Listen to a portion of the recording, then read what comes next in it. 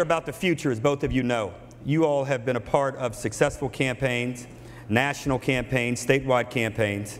This campaign will be no different, the Obama-Romney affair. 4, 6, 8, 12 weeks ago, it was hard to, I think, imagine on the part of some Democrats and even some Republicans that Republicans would have consolidated and rallied around Romney as quickly and as fervently as they have. Obama, the incumbent, will have to defend his record and project going forward. Romney will have to make the case why he could do better. Donna, Brazile, you've run a national campaign. You won here in this state in 2000 with Al Gore. You won in many states across the industrial Midwest. I think you may, of the key states as we look at them this go around, Wisconsin and Michigan and Ohio and Pennsylvania. I think of that group you may have only lost Ohio in 2000. As you think about this campaign and this president's challenge of defending his record, but building that bridge to the future, laying out how he would make America better, if you were managing this campaign, the Obama 12 re-election campaign, how and what would you be advising them to do to ensure that they hold on to a win in Michigan and that they're able to compete successfully in Ohio, Wisconsin, and Pennsylvania?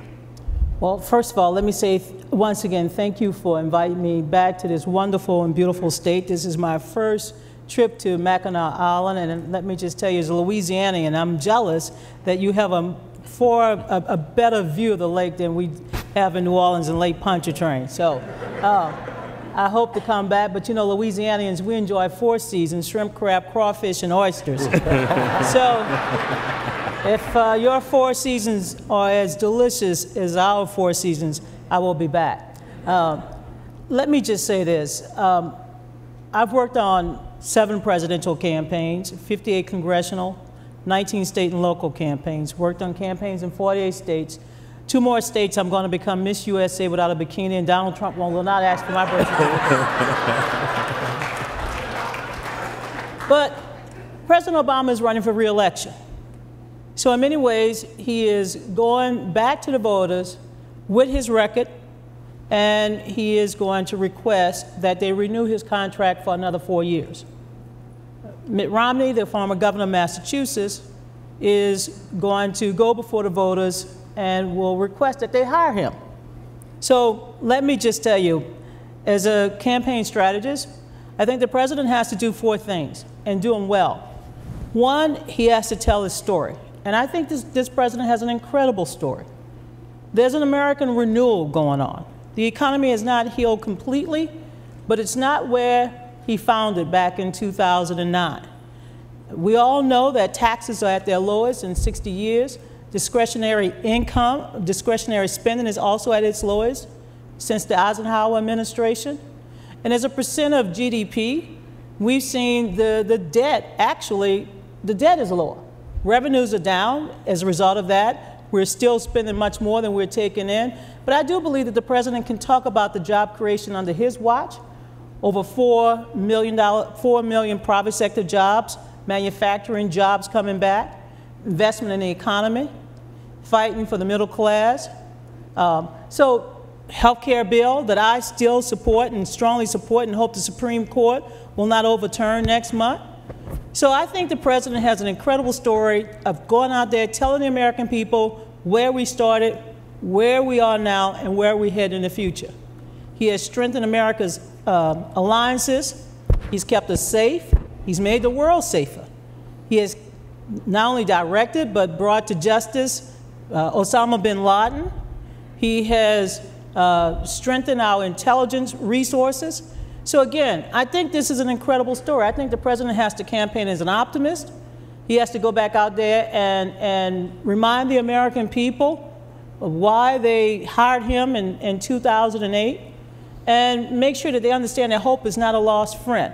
Now, let me just say this. It's not going to be an easy campaign. It's going to be very close.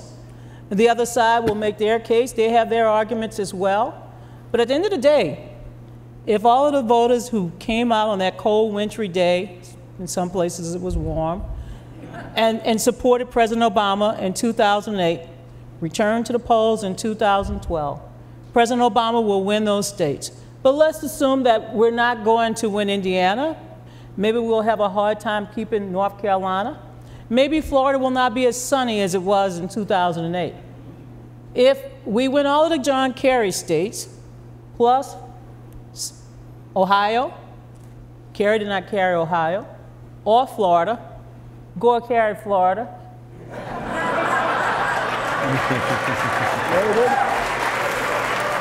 But we never got to count all the votes and get the electoral votes, but I'll give you those 137, let that, we can just have an argument over wine later. If we can maintain Colorado, New Mexico, Nevada, we have it. We can do it. But more important than who will win this election, because this is really about you, the American people, it's really about how do we return to a government that can talk about ideas without going into their partisan corners. How do we solve all our problems with common sense solutions? How do we get back to compromising for the common good? There are so many things that we must do this election cycle. Voting for president is very, very important. Maintaining, I think, the incredible leaders that we have in the United States Senate, including one here, Debbie Stabenow, that's very important.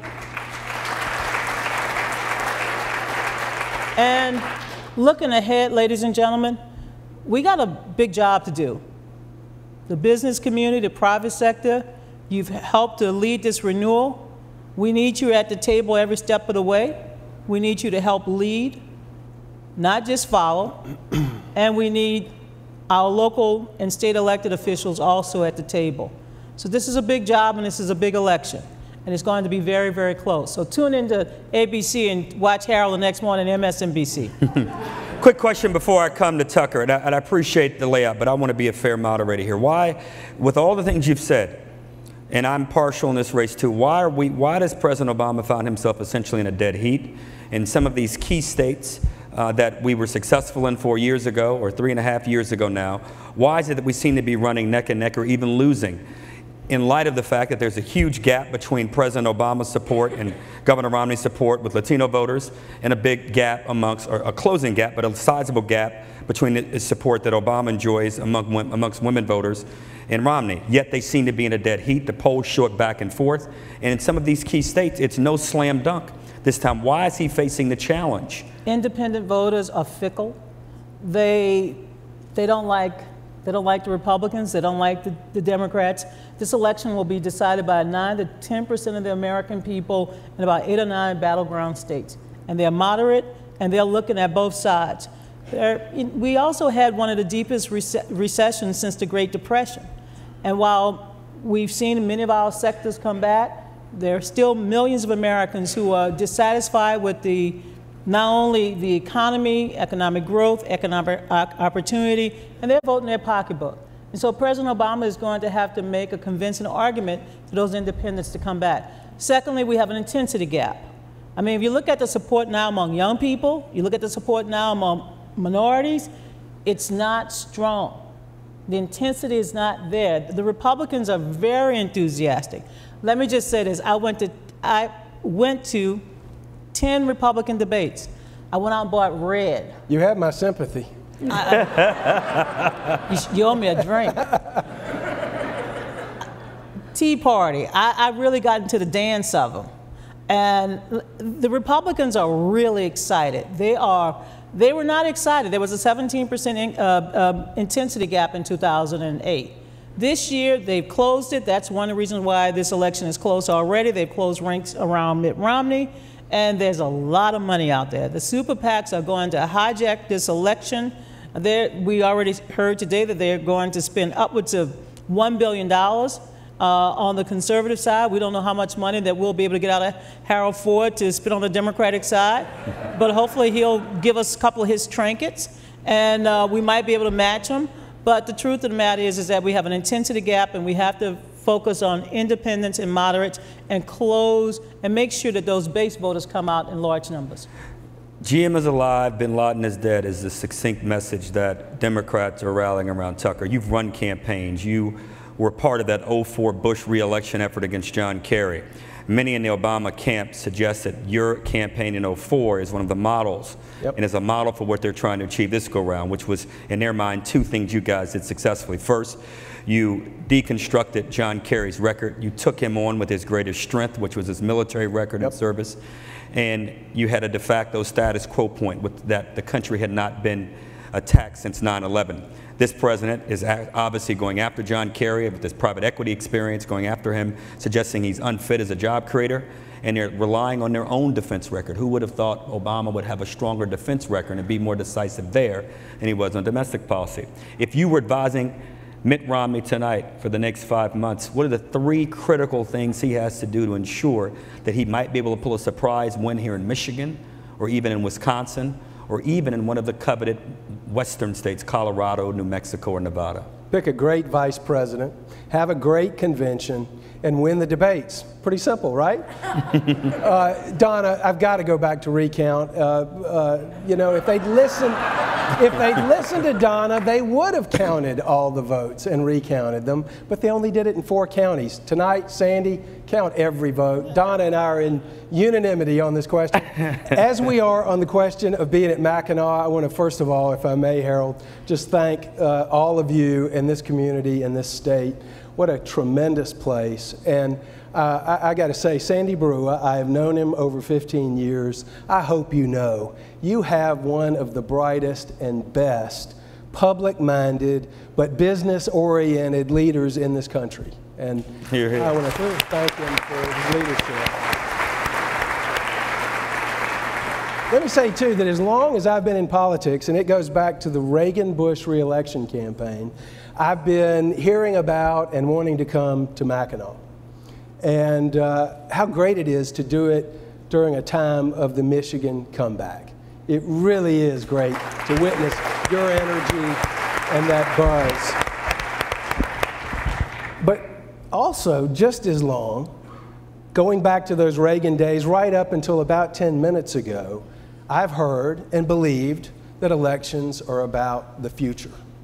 Isn't that true? And it's especially true of presidential elections.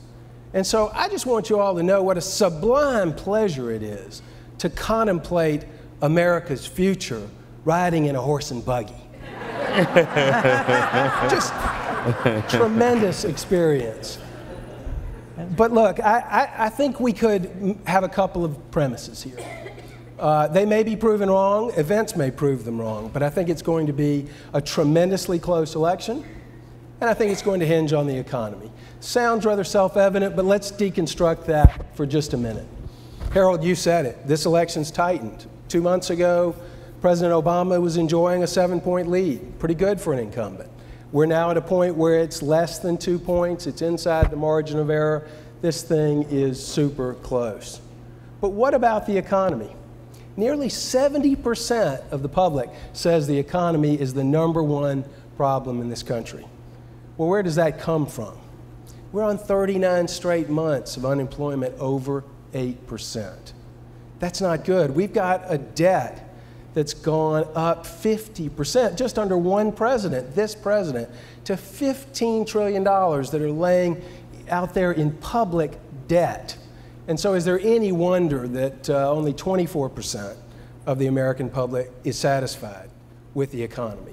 This is a critical question for Barack Obama and, of course, Mitt Romney, and it's why we're in the midst of a very lively debate we've touched on just a little bit. Let me recap it. Just this week, today and yesterday, Republicans have started prosecuting a case about equity. No, not private equity. We'll get to that in a moment. Public equity.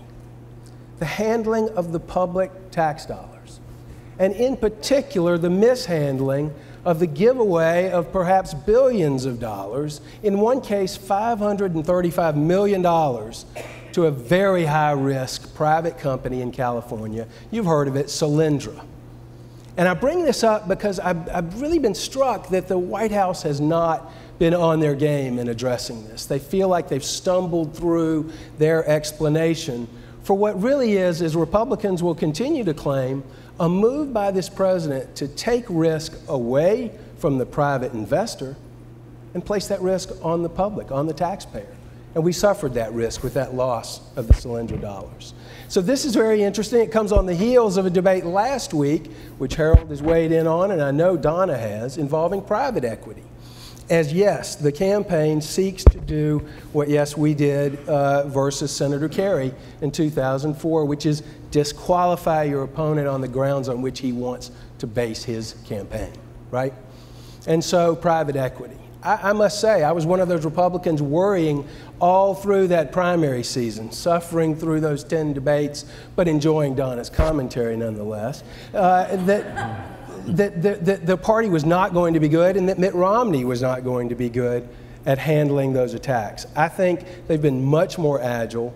And frankly, I think the White House fumbled the ball. They got a few facts wrong related to Bain and the timing of Mitt Romney's leadership of it. The total record is pretty strong. 80% of Bain's bets ended up being successful. And even Democrats are recognizing the role of private capital in getting this economy started again. So I think it's very interesting that just in the last week, it really adds fuel to the sense the Republicans have that this race is doable. So let me talk for just a minute more about why I think it's doable.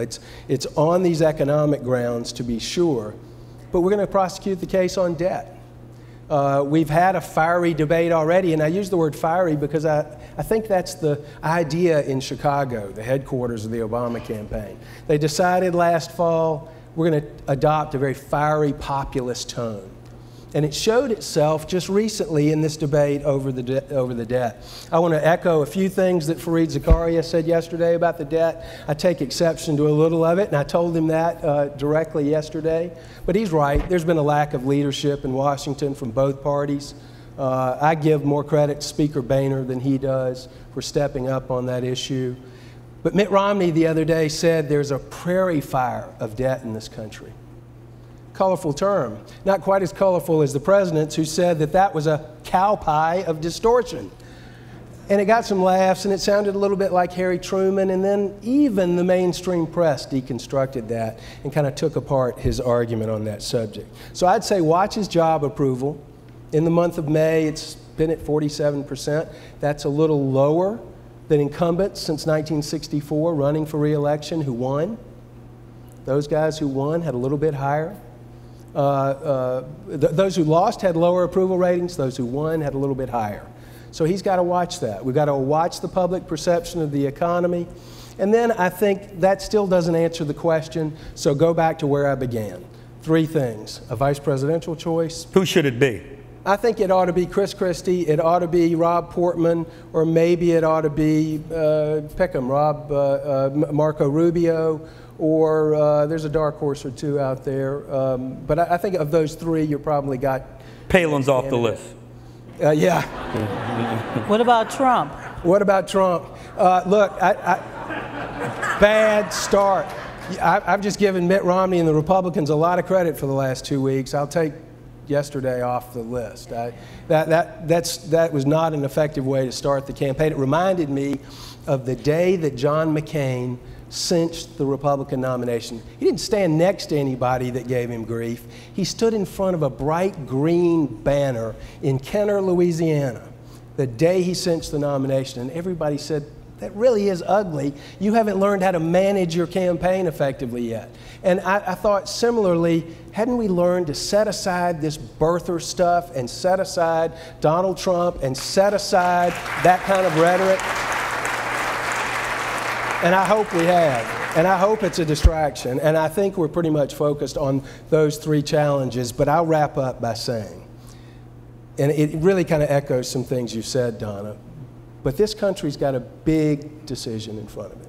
And Mitt Romney's challenge is to get to the place at the end of the line with strong debate performances, good day-to-day messaging, and a good convention where the American people feel comfortable defeating an historic president. We give that to Barack Obama. We're sorry his rhetoric has turned so sour. I'm sorry he's lost that hope and change mantra. But I don't want to see him hurt. He's a good guy who's failed. So the question is not to get the American people to say they made a mistake 4 years ago. It is to get them, as you said, Harold, to make it about the future. It's to get them to say it would be a mistake to give him 4 more years. If we do that, we win. So let's get into some issues here for a moment. I can appreciate all of let's get together, let's work together. I was in Congress 10 years and it was wonderful to hear, but we only did it when there were crises, when the country either was attacked or you had a collapse of an accounting firm or two, the collapse of an energy company was the only thing that kind of brought people together. Fareed Zakaria, I thought yesterday, laid out, whether you agreed with his outcome of who should be blamed, he laid out pretty clearly the challenges we have paying our bills. We've got to make some spending cuts and we've got to enact some revenue increases. I guess my first question would be for you, Tucker. The shorthand for all of this is Simpson-Bowles. I'm not sure most people know fully what's in the bill, but it calls for some changes to the tax code, lowers the top rate, but more people would pay taxes. You'd see changes to the mortgage deduction rate. You'd see changes to the charitable deduction rate. And at the same time, you would see changes to the formulas and spending around Social Security and Medicare. I've not heard Mitt Romney express support for Simpson-Bowles. I've heard him attack President Obama for spending. But at some level, don't you have to lay out specifically what you're going to do? And I'd ask you personally, do you believe in Simpson-Bowles? Yeah. And if you do, I mean, only reason I ask you personally because you said you don't like the Trump stuff. So are you for Simpson-Bowles? And should your candidate be for it? Yeah. Actually, Mitt Romney has spoken out in support of the principles of the Paul Ryan approach. Paul Ryan, as many of you know, a Wisconsin House member who has stuck his neck out and talked a lot about entitlement reform, has addressed revenue, perhaps not as robustly as my Democratic friends would want, and has put a plan on the table. So I think Mitt Romney has tied himself to that with enough flexibility to adopt some of the provisions of the Bowles. But in fairness, $3 trillion of the revenue in his bill, it's unclear where it's going to come from. I like Paul, he's a good guy, yeah. but Simpson-Bowles specifically lays it out. So it is more specific about that, and let me tell you, and it's only fair if you're going to attack Obama that there ought to be some specificity around the big issue. I agree there should be specificity. Mitt Romney hasn't been president for 4 years. Mitt Romney hadn't done what Barack Obama has done to the debt. I think he's got to prove that he can work us out of it, though. And I think one of those goals has to be to figure out a way. And we all say this. We gather at conferences and we say things about working together. And you served 10 years in Congress. And you're right, it takes these train wrecks. But we have got to understand as a country and as a political system that gaining the reins of power and then jamming through any sweeping proposal without support from the other side is a guarantee for one more set of wild swing elections. And I think the Obama health care bill is evidence of that. And it would be a terrific mistake for Republicans who should take $1 of tax increase revenue for $10 in cuts. That's a heck of a bargain. They rejected that. They rejected that. Should President Obama have embraced Simpson-Bowles? I believe he should. And I want you to answer, but should he have embraced it? Look, there's no question. And I listen to Kent Conrad on budget issues. So I don't get into... The senator from North Dakota who chairs the Budget Committee. And I read his proposals. And so I know that when President Obama supported the Budget Control Act last year that cut spending $900 billion this year, $1.2 trillion over the next 3 years. So we have a Budget Control Act that the President signed that reduced federal outlays for the next 2 years. So this notion that we don't have a budget in place is not truthful. I left Capitol Hill back in 1999 to run Al Gore's campaign. So I come from a tradition where I saw the fiscal discipline as well as what I believe the leadership that brought our budget into balance. So when President George W. Bush took office after the Supreme Court decision in 2000. A democratic institution with a small d. The surplus was $281 billion. Right? Yes. We got some fact checkers in here. Now, many of us who know how to cook know that if you're going to put everything on a stove, something is going to spill over, especially if we got all of the cylinders. So with that $281 billion and the $5 trillion surplus that we saw, of course, we enacted a tax cut with no offsets. You're talking about now under President Bush, under President W. Bush, right? Okay, because I think it's important to understand that we have a large fiscal problem, but the $14 trillion in debt was not accumulated overnight or over the last 3 years. okay? Let's put it all on the table. Let's take some responsibility for it. Let's understand that we have not paid for these tax cuts. Let's understand that the 2 wars for many years were never on the books, that we did not count that as part of the deficit. Let's not talk about the $284 billion in defense spending after 9/11. Yes, we had to make some corrections with increased defense spending to $600 billion and whatever. I mean, and then we had natural disasters, including Hurricane Katrina. We had earmarks.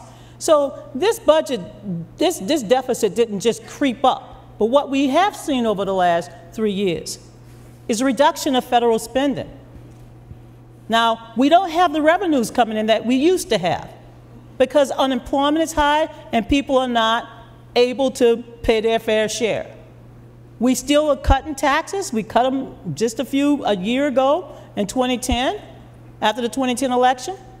And so we have an accumulated deficit from years of excessive spending, decreased revenues in terms of federal revenues, and we're still cutting taxes. Now, anybody in their right mind that know that 1 + 1 = 2, not 3, oops, Rick Perry, I was there too. Anyone knows that we're not going to bring this economy in balance without putting everything on the table. Quick question for both of you. Should the Bush tax cuts should we allow parts of the Bush tax cuts to expire, or all of the Bush tax cuts to expire, if we're deeply concerned about the debt? To what extent? And in fairness to Donna's point, when President Obama came to office, we faced a $10.5 trillion public debt. Under President Obama, we've accumulated an additional $4.5 trillion in debt. Now, in fairness, when President Bush we went to war in Afghanistan and Iraq, we're the first generation of Americans ever to do 2 things: not tax ourselves to pay for the war, and 2, simultaneously pay for the other people to try to kill our soldiers by consuming the oil and gas products that we extracted from that region of the world. Now, I don't blame President Bush for those issues, but we have to be honest on both sides. So I would ask my Democratic friend, are you willing to make changes to Social Security and Medicare? And Tucker, is your party going to be willing? Because at the end of the day, this is not, we don't need any more studies, we need no more committees. Republicans got to agree to some tax increases, and Democrats got to agree to some entitlement cuts. I know you asked Donna, but I need to address a couple of things. First of all, but I want to know first, would you be willing to support some tax increases? Said that he would support passage of the Bush tax cuts, at least up to a certain level.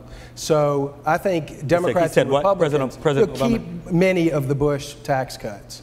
And yet they want to blame President Bush for the fiscal problems of their own making. Too many Democrats, I think including my friend Donna, don't have their mojo working when they look at a report that's just come out that says that Barack Obama's cut spending. This report has been completely blasted apart because it doesn't take into account TARP. It doesn't take into account your president started. No, right. It gives all of the blame for TARP to President Bush, and yet credits Barack Obama for the repayment of TARP. Do you know the TARP loans have been repaid? In this study, that's a credit to Barack Obama. In this study, they give him credit for cuts coming in an imaginary budget in 2013, cuts that Barack Obama opposes. So, Donna, you can't get away with creating the impression but it's the law that of the land, the sequester. It's the law of the land. It has. It's gone down to 1.4%. It's the lowest in 60 years. I look at all of the independent studies. I mean, I don't get anything that's in the blue book. So it's not a Democratic book. I look at it because I want to be fair. And Tucker, just for full disclosure, I'm a fiscal conservative. All my budgets are balanced. Good. And I don't spend what I don't have. And I work for Bill Clinton and Al Gore. So my credentials are solid. It's not your credentials. So I am not. And, baby, I can cook with grease. I can cook with grease and give you leftovers, and you wouldn't even know that you never paid for anything you ate. And I'm going to New Orleans. Because my stove, when it's hot, it's hot. Yeah. So, but Paul Ryan's budget will quadruple the deficit. Mitt Romney's own proposals will lead to $5 trillion. Look, when I say put it all on the table, put it all on the table. Well, put it all on the table. I don't want to go into this cherry picking because I'm not about, oh, we got to put this on the table. Put it all, Harold, when you have to cook a big meal, you put it all on the table. Put it all on the table. I've been a beneficiary of a lot of big meals. But my only point is, the Republicans don't want tax increases, and Democrats are afraid to adjust the formulas for Medicare and Social Security. You don't have to be, those of us not in politics anymore, and those Americans who watch, you talk about those independents, the data says they're most frustrated by Republicans and Democrats. You're seeing Republican congressional members lose primaries, Democratic congressional members lose primaries, largely because people are sick of Washington's back and forth. Now, this campaign, back to the campaign for one moment. Tucker, there have been those on the Democratic side who've suggested, you mentioned private equity, that this job creation mantra that Governor Romney's touched on, that as governor, he finished 47th out of 50 in terms of job creation while he was in office. They picked out one or two examples at Bain Capital where apparently the success was not what the company wanted and people lost their jobs. How do you defend that at a time in which unemployment is high, economic angst is high, anxiety is high amongst middle class, mainstream valued families across the country? And I guess the ultimate question is, we sit here in Michigan, this state is undergoing one of the great renaissances in America, largely because of an enormous and I believe smart public investment in car companies. Governor Romney, who hails from the state, suggested, no, I'm not looking for applause. I'm looking for, seriously, how do you answer this question?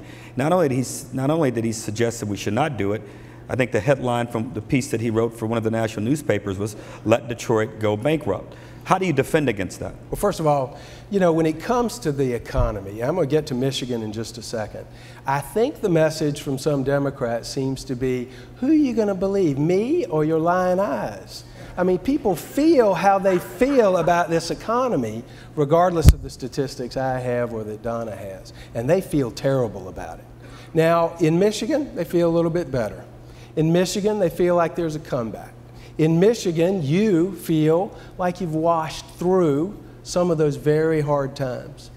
Now, Mitt Romney favored a different approach to dealing with the autos. There's no question about that, and I think he pays a political price for that. Even different than President Bush. Even different from President Bush, absolutely.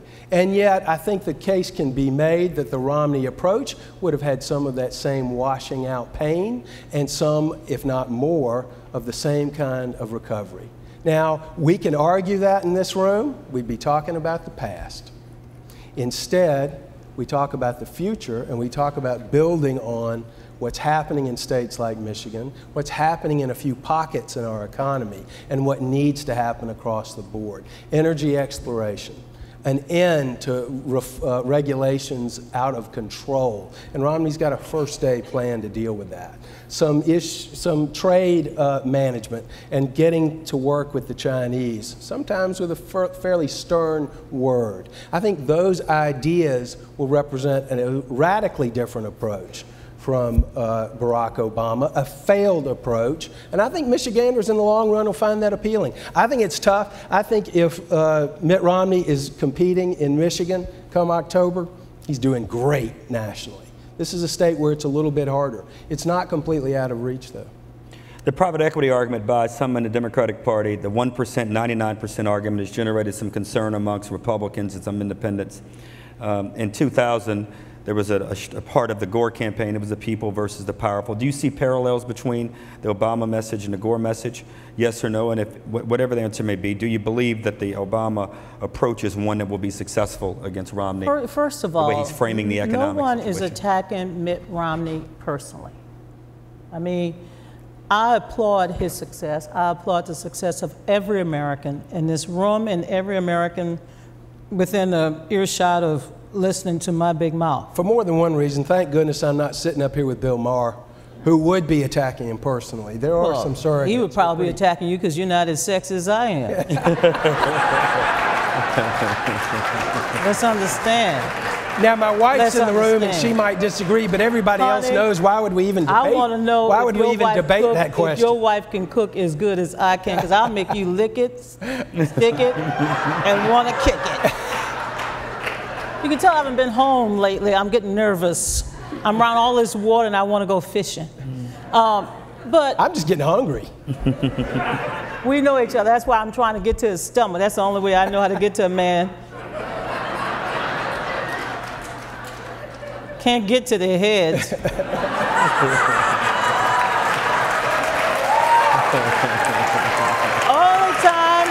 Only time you can get a man to say yes is when he's watching football. Honey, you want to put out the trash? Yes.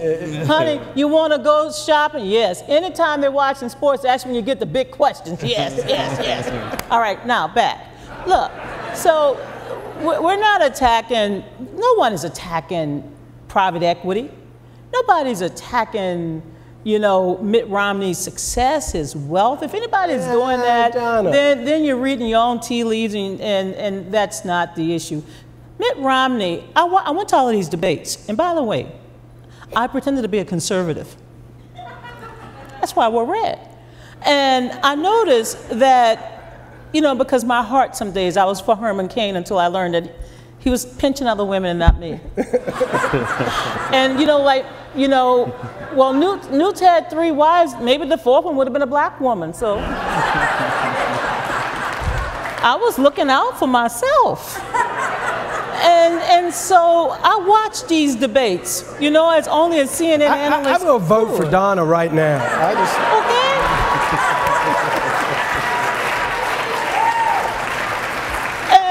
And so I'm sitting there and I'm saying to myself, Mitt Romney has a real problem. You know, you watch everyone's strengths and you watch their weaknesses. Some days I'm for Michelle Bachmann. Of course I want to see a woman in the White House one day. And we will have a woman in the White House one day, mark my word. And I'm a Southerner, so I wanted to see Rick Perry do well until, oops, and I'm like, oop. Louisianians would have known all of the departments. We name them after our greatest species. But then all of a sudden I started saying, Mitt Romney has a problem. He's defensive. He's defensive about his wealth. Now, if this is who you are, this is his narrative, this is his resume, this is his record, then tell us why this is good for America. That should be a positive accomplishment. Now, he ran on the same thing when he ran for governor. He said, look at my private sector experience. And then Massachusetts turned out to be 47th in job creation. Beat Louisiana, but hell, Hurricane Katrina did a good job on us. Unemployment rate was a full point lower when he left office than when he took. Oh my God, Tucker, you didn't see the same. No, fees went up, taxes went up, and unemployment were up and up. Had a Democratic legislature, Donna. Oh, always blame it on the Democrats, I understand. If it's regulation, I do. Oh, well, if it's common sense regulation that protect consumers, you shouldn't blame it on us. But, so Mitt Romney, this is his resume. This is just like if I ran for president, I would run, you know, girl got it going on. And then you would have to see if I really got it going on. I know you do. So Thank you, baby. I know that's why I always love you. Shine some on him for a minute. Well, okay? Your wife is your wife here? No, she's not. Because you know, it's like Burger King. I can have it my way. Or McDonald's. I'm loving it. Okay. So, but he's running on this. If he's running on this, then it's fair game. It was fair in '94 when he ran against Ted Kennedy. It was fair when he ran, you know, in 2008. When the Republicans attacked it, including Rudy Giuliani. It was fair this year, and I'm telling you, some of the things that the Republicans said, Harold, would make you weep. She has a good point, Tucker. So you think Obama's being nice. So what I've heard, 2 things. One on the Simpson Bowles, Obama dodged that. On the car thing, I think Romney's going to have a much harder time making the case in Michigan and parts of the country where suppliers would have been put out of business had they not done that. And it'd probably been harder. Romney, excuse me. As opposed to the dealers who were put out of business by choice of President Obama. Right, but I think it's going to be a hard case to make here in Michigan that Detroit should go bankrupt. And I think it's going to be hard for the President Obama around the debt because he ignored his own commission. So I guess the question for the 2 of you guys is you look at these 10 states, and this afternoon on all of the evening shows on MSNBC and CNN, they noted that the 5 counties where the most money are being spent right now by the Obama campaign are in Virginia, North Carolina, and Ohio. The Columbus, Ohio suburb, which is a terribly thought of suburb here in this room here in Michigan. 2 suburbs in North Carolina and 2 suburbs in Virginia where the most money is being spent. Obviously, 3 great battleground states. 3 states where unemployment remains elevated. In North Carolina, you have a Democratic governor not seeking re-election.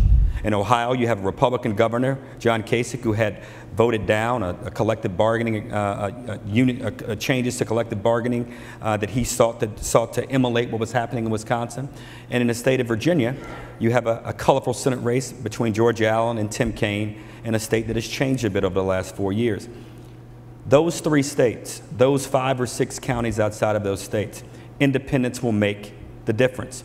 I've heard the arguments. At the end of the day, what does Romney say to those voters who say, no, I want 4 different years? I'm listening to you guys go back and forth, but tell me where you take me. I don't want to hear any more Obama did this, Obama, but tell me where you take me. You got a very good point. One thing that I didn't say earlier I wanted to is that Mitt Romney's got to go big.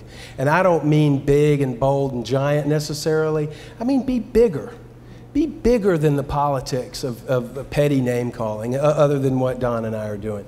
I mean, be a gentleman. And you know what? At his root, he really is. And at his root, I think he is a businessman feeling more comfortable inside his own skin. That's going to be tested here in the months ahead. But give me one big idea. Give me one big idea. That fairness is the fairness question, which the Obama White House has made its mantra for about a year now, is whether or not we want to say the wealthy, the super wealthy need to pay their fair share, or we want to say everybody should pay their fair share. And I've seen research that shows, and I've got gut instincts that know that everybody paying their fair share is a more salient message with independents who will decide this election. And I've seen the data. It's 2 to 1. They're barking up the wrong tree in order to excite their base. They're exciting their base and doing it at a risk of rubbing off the Obama brand. And I think that is just one of the biggest things happening in this election right now. The one big thing, President Obama, you know, you've been a part of every presidential campaign, the last 6 or 7 of them, Donna. You know what it takes to re-elect the president. You were part of a re-election effort for Bill Clinton. He also went after and disqualified his opponent a bit, but he laid out where he wanted to take the country in his re-election. What big idea, or 2 big ideas, does Obama run on in those 4 counties, those 4, suburbs, and probably 3 or 4, maybe 10 others around the country that will decide the outcome of this race? He has to keep his focus on the economy. And he needs, once again, not only to remind the American people, but to really talk to them in what I call everyday kitchen table terms. The American people get it. Of Mackinac Policy Conference from Mackinac Island. We are so glad that you joined us for some, a little bit, or maybe all of the coverage that we have done over the last 3 days right here on Mackinac Island. And we want to say thank you so much to the Detroit Regional Chamber, as well as the folks from the Grand Hotel for all of their hospitality, because it's not very often that you get to put an anchor desk right in the middle of the parlor of the Grand Hotel. Also, if you missed any of the sessions, any of the interviews, and you'd like to catch up, we're going to be rerunning them all weekend long on Detroit Public Television on 56.2. So make sure, go to our website, myvote.org, and you can check out the listings, maybe what station that is on your cable provider. We also want to say thank you to all of the great people who made this broadcast happen. You may just be seeing me sitting here on the set, but it takes an awful lot of people to make this production happen. So we want to say thank you to our technical staff, our production staff, our producing staff, our social media staff, both here on the island and home in Wixom, and all. There's about 30 of us that are here from Detroit Public Television on the island, and all of them, you may not have seen their faces, but all of them had made this broadcast the excellence that it is. So we want to thank them very much for all of their support. So again, make sure you check us out at myvote.org. Stay engaged with the issues, stay engaged with what people are saying about the state of Michigan, and remember, knowledge is power. For all of us from Detroit Public Television, I'm Christy McDonald. Thanks so much for watching, and good night from Mackinac Island.